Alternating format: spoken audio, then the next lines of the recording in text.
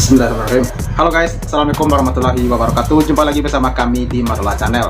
Guys, Ketua MPR Bambang Susatyo akan menerapkan aturan lama lagi, yang mana pemilihan presiden akan diambil alih kembali oleh MPR. Kalau itu artinya pemilu tidak ada lagi ya guys ya. Lalu jika begitu, apakah Prabowo Gibran akan batal dilantik? Nah, begini keterangannya. Oke guys, seperti apa keterangannya? Mari kita simak. Let's go.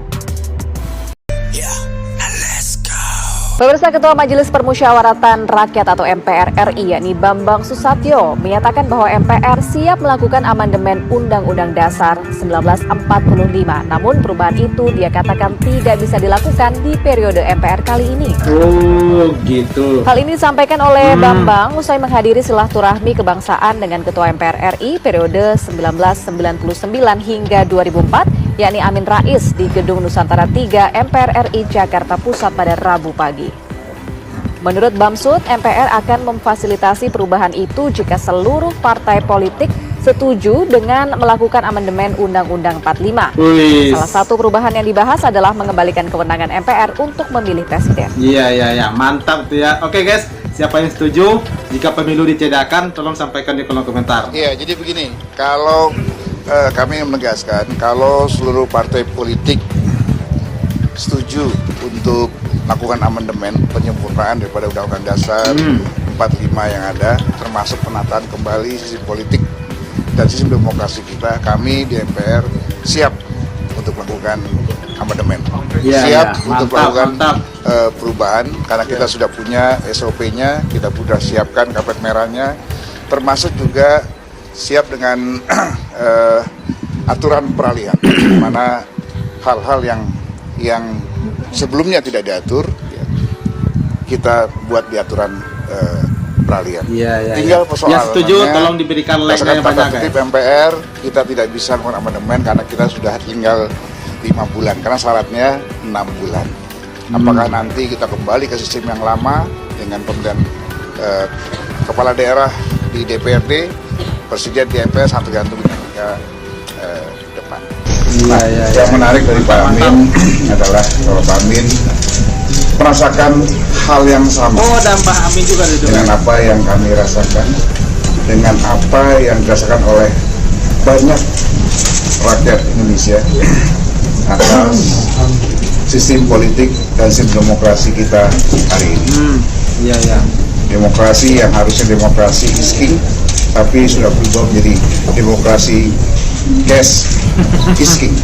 Ya, kalau bagi saya itu bukan demokrasi, tapi demokrasi ya kan. Semua, dan beliau menegaskan, walaupun beliau telah meletakkan perubahan harus Undang-Undang Dasar, mulai dari amandemen pertama hingga keempat, beliau tidak keberatan untuk Undang-Undang Dasar ini disempurnakan kembali untuk mengembalikan cita-cita para pendiri bangsa, mewujudkan Indonesia yang sejahtera, adil, dan makmur. Itu pengantar dari saya. Pak Amin, silakan.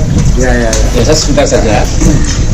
Jadi saya ingin menyampaikan bahwa kalau dulu MPR yang saya jadi ketuanya itu melakukan amandemen 4 tahapan, itu memang sudah sesuai dengan konteks kepentingan waktu itu. Jadi zaman itu bergerak, ya, kita hidup dalam sebuah sejarah, bukan mitos. Kalau mitos itu mandek.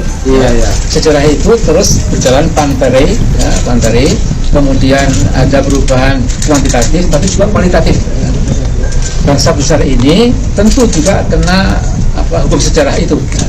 Nah, jadi kalau kami dulu itu melakukan 4 kali tahapan amandemen, itu ya alhamdulillah sesuai waktu itu. Tapi itu lebih 1 generasi yang lalu, tentu sudah berubah.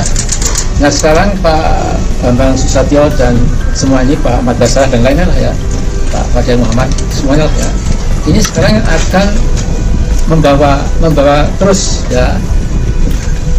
Jadi kalau di Amerika itu sama di sana ya, itu adanya anak-anak it's a good country, pass it on, tomorrow's children have to carry on, it's a good country, pass it on, seterusnya.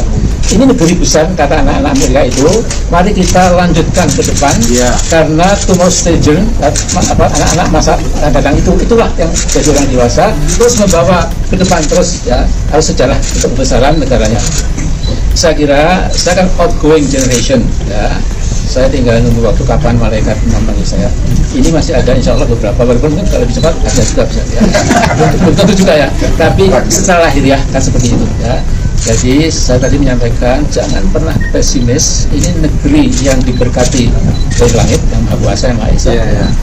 Jadi yang penting adalah bahwa di dalam perut bumi kita ini, apakah di Papua, di Sumatera, di Kalimantan, di Jawa, di Sulawesi, itu oleh Allah itu untuk kita lebih dulu ya.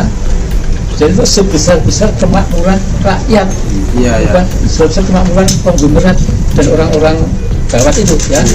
Nah jadi ini penting sekali ya. Jadi saya menyampaikan kalau mau dikasihkan amandemen silahkan ya, sesuai kebutuhan zaman ya. Kemudian kalau ada kata presiden bangsa Indonesia asli mau dikembalikan lagi, mengapa tidak ya, supaya nanti tidak terjadi ada manusia di warga negara dia punya paspor ini, tapi juga punya paspor asing, kemudian meronong ya, dengan kekuatan uang besarnya itu bisa jadi presiden ya. Nah terakhir ya, jadi begini, jadi mengapa dulu saya sebagai ketua MPR itu melucuti kekuasaannya sebagai lembaga tertinggi memilih presiden ya, dan wakil presiden itu karena perhitungan kami dulu perhitungannya agak naik. Sekarang saya minta maaf. Jadi dulu itu kita mengatakan kalau dipilih langsung one man one vote ya, mana mungkin ada orang mau menyobot 120 juta pemilih, mana mungkin perlu puluhan ratusan triliun, ternyata mungkin. Nah itu loh ya, nah itu luar biasa kita ya.